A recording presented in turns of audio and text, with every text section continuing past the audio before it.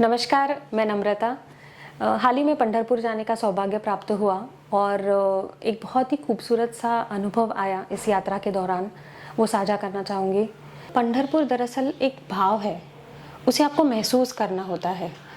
आप अगर आँखों से देखेंगे तो पहली दूसरी बार में जो आपको दिखाई देगा वो शायद इतना खूबसूरत नहीं होगा, क्योंकि आपको गंदगी नज़र आएगी, आपको कीचड़ नज़र आएगा, आपको क्लटर नज़र आएगा। लेकिन जब आपके अंदर वो भाव और भक्ति की खिलावट हो जाती है, तब आपको वहाँ की हवाओं में, वहाँ की फ़िज़ाओं में वो खुशबू आती है, उसे आपको महसूस करना पड़ता है। वो महसूस होने लगता है जब आप उसे भक्ति की दृष्टि से देखते हैं।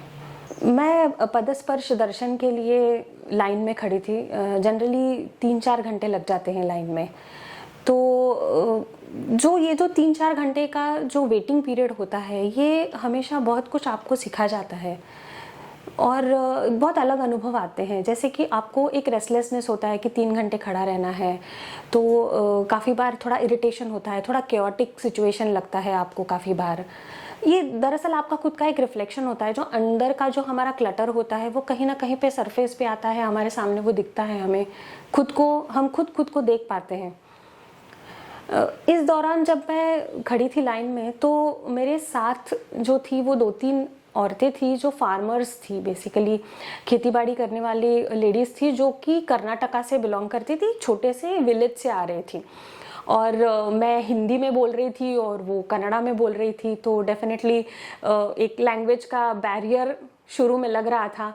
लेकिन एक जो यूनिवर्सल लैंग्वेज होती है, जो कि भाव की भाषा होती है, तो जब हम उस भाषा से कनेक्ट होने लगते हैं तो कम्युनिकेशन थोड़ा आसान हो जाता है। तो इसी तरह से 3-4 घंटे हम साथ में थे, तो हम बातें करने लगे और उन बातों के दौरान उन्होंने मुझे कहा कि वो एक्चुअली पहले दिन, एक दिन पहले भी ये जो पदस्पर्श होता है, जो 3-4 घंटे के लिए वेट करके दर्शन लेते हैं हम, तो पदस्पर्श का दर्शन वो पहले दिन कर चुकी थी। तो मैंने बहुत ही आश्चर्य से उनको पूछा कि अरे, जब आपका कल दर्शन हो गया था तो आज आप फिर से लाइन में खड़े हैं दर्शन के लिए। तो उन्होंने जो जवाब मुझे दिया वो इतना हृदयस्पर्शी था। उन्होंने कहा कि हम फार्मर्स हैं और ये बारिश के पहले के जो 15 दिन होते हैं वही हमारी छुट्टियों के दिन होते हैं, हमारा वेकेशन होता है और ये एक ही मौका होता है जब हम हमारे पांडुरंग से मिलने के लिए पंढरपुर आते हैं। और हम ये जो 2 दिन है उसको पूरी तरह से हम सिर्फ पांडुरंग के लिए देना चाहते हैं, हम सिर्फ उसे देखना चाहते हैं, हम उसे महसूस करना चाहते हैं। और इसीलिए हम 2 बार, 3 बार, 4 बार, जितनी भी बार मौका मिलता है, हम उसका दर्शन लेना चाहते हैं। हम उसे अपनी आंखों से हृदय में समा लेना चाहते हैं, क्योंकि 1 साल फिर हमें रुकना है और 1 साल तक ये जो उसका दर्शन है, जो हमारे हृदय में हमने समाया हुआ है, इस दर्शन के साथ हम रहेंगे 1 साल तक और अगले साल का इंतज़ार करेंगे कि हम फिर पंढरपुर आएंगे और अगले साल हमारे पांडुरंग से मिलेंगे। ये क्या भाव था, ये क्या भक्ति है, ये कितना प्रेम है उसके प्रति। इसे हम शायद मैं शब्दों में बयां ही नहीं कर पाऊंगी, इसे सिर्फ महसूस करना पड़ेगा, इसे सिर्फ अनुभव करना पड़ेगा।